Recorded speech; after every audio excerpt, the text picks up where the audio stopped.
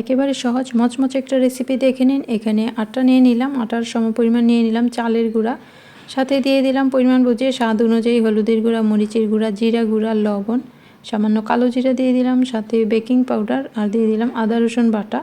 এবার অল্প অল্প পানি দিয়ে যতটুকু পানি লাগে ভারী একটা ব্যাটার গুলিয়ে নেব। আর যেহেতু চালের গুঁড়া দিয়েছি তাই এটা কিছুক্ষণ রেস্টে রেখে দেবো সেট হওয়ার জন্য।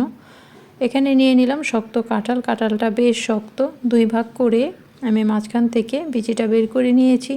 যেহেতু কাঁঠাল মিষ্টি থাকে তাই এটাকে একটু ঝাল করার জন্য এখানে মরিচের গুঁড়া মিশিয়ে নেব। তো উপর থেকে একটু মরিচের গুঁড়া দিয়ে ভালো করে মাখিয়ে নিলাম। এবার আমি যেহেতু বিকেলের নাস্তা বানাচ্ছি তাই বিকেলবেলা ছাদে বসেই খেয়ে নেব, তাই ছাদে মাটির চুলাতেই আগুন ধরিয়ে কড়াই বসিয়ে দিলাম।